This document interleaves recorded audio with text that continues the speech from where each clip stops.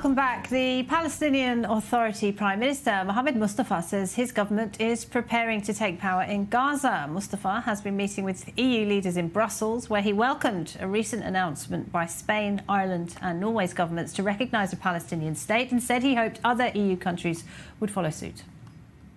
We're still hopeful as Palestinians that many decades of struggle and working towards independence are coming closer than ever before.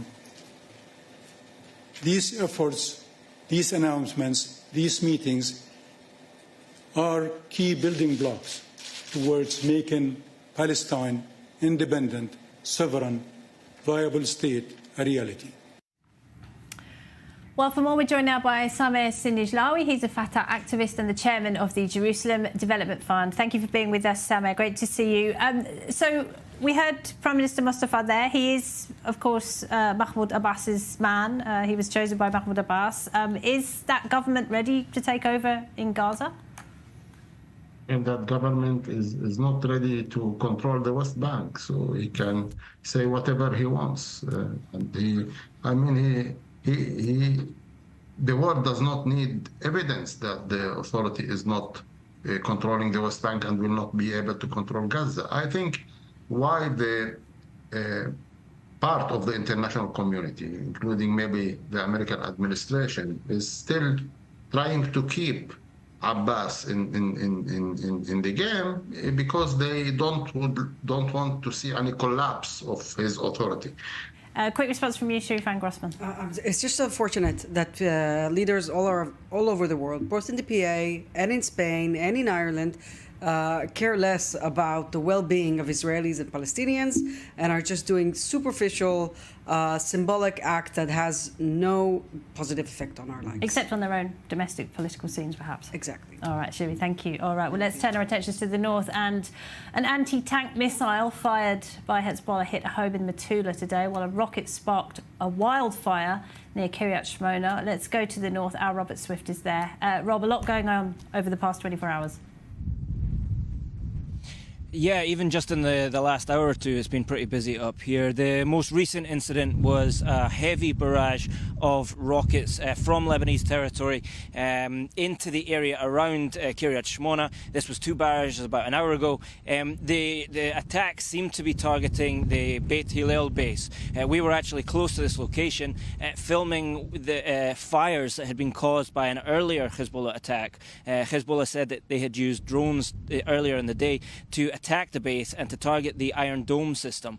But whilst we were there filming, there was this barrage of rockets which was intercepted by the Iron Dome system. However, the falling debris from the interceptions has caused a number of fires around Kiryat Shmona. Some of them you may be able to see in the background behind me, and they can continue to burn right now.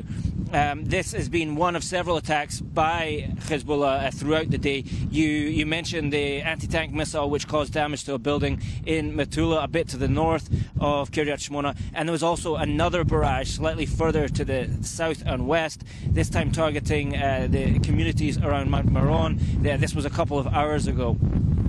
Iran's foreign ministry says the death of President Raisi a week ago will not affect either the country's support for Hamas nor its plan to negotiate the lifting of sanctions with the United States. The Biden administration has warned European allies of plans to punish Iran over its nuclear program as it tries to lower tensions with Tehran ahead of the US presidential election. That is according to a report in the Wall Street Journal, which has been denied by several high-ranking US officials. Well, for more on that, we're joined by Dr. Walid Faris, foreign policy expert and the author of many books, including Iran, Imperialist Republic. Good to see you, Dr. Faris. Thank you for being with us.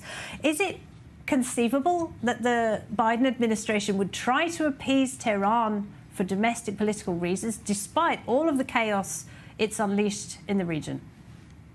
Absolutely, absolutely. That's what this administration and even the Obama administration, but this one went beyond the Obama limits, are trying to appease a regime with which they have an agreement.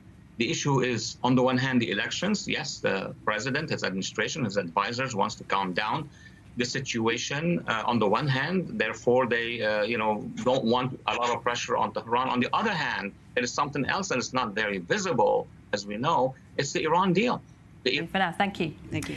Now, China is to host several leaders of Arab states next week in Beijing. Among the delegation, Egypt's President Raisi, Bahrain's King Hamad, Tunisia's President Sayed, and the Emirati President Sheikh Mohammed bin Zayed. Well, to talk more about all of that, Caris Whitty is the founder and executive director at the Signal Group. Thank you very much for being with us, Caris. So, the Chinese Vice Foreign Minister today denied that Beijing is trying to fill a power vacuum in the Middle East, a vacuum left by the United States. What do you make of those comments?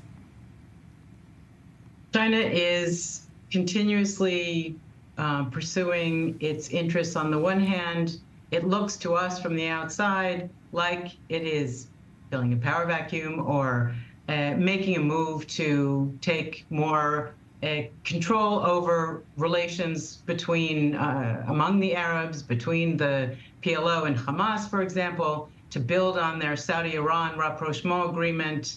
However, the Chinese want to portray it in a way that's different. China and Saudi Arabia taking advantage of the codependency they have. Caris had an excellent conference last year that I was fortunate to attend. So, and I completely agree. I mean, the number one issue for the U.S. in the Middle East right now is China, and the number one issue for Saudi is Iran.